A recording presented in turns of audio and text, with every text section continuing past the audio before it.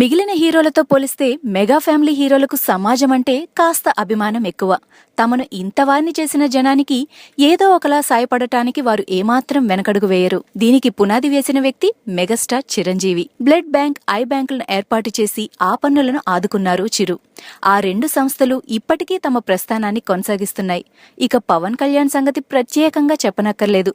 ఎవరైనా ఆపదలో ఉన్నారంటే చాలు వారిని ఓదార్చేదాకా కళ్యాణ్ విశ్రమించరు.